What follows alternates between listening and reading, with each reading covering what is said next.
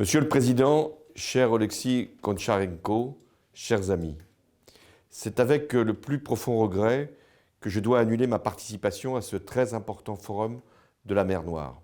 Mais l'annonce de la dissolution en France de l'Assemblée nationale est un événement majeur et qui m'oblige à rester ici à Paris.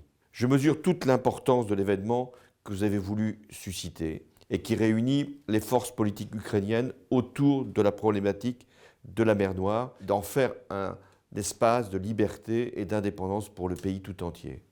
Par ce message, celui que je vous adresse, je veux réaffirmer mon soutien à l'Ukraine, à son combat magnifique face à l'agression russe.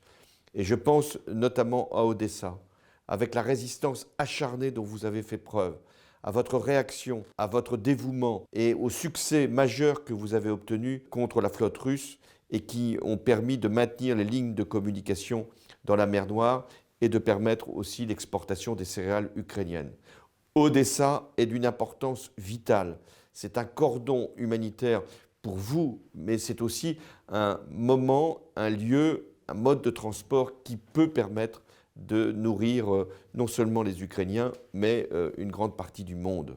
Vous assurez, grâce à Odessa, 60 à 80% de l'ensemble des exportations agricoles de l'Ukraine. Cependant, parce que vous êtes en train de réussir, parce que Odessa est une région privilégiée pour les Russes, eh bien vous êtes frappés, vous êtes agressés sur des infrastructures stratégiques.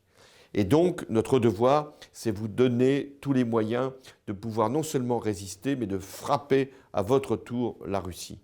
La France, la Grande-Bretagne, les États-Unis viennent de s'engager dans cette voie et je me réjouis que les démocraties enfin prennent ces décisions. Il était temps. Nous ne pouvons pas compter uniquement sur la résilience, le courage du peuple ukrainien ou sur son armée. Nous devons vous donner tous les moyens de gagner et de réussir. Je sais aussi ce que les populations de l'Ukraine, et en particulier à Odessa, ont en souffrance, ont en réactivité, parfois désespérée, dans la logique folle qu'a engagée la Russie.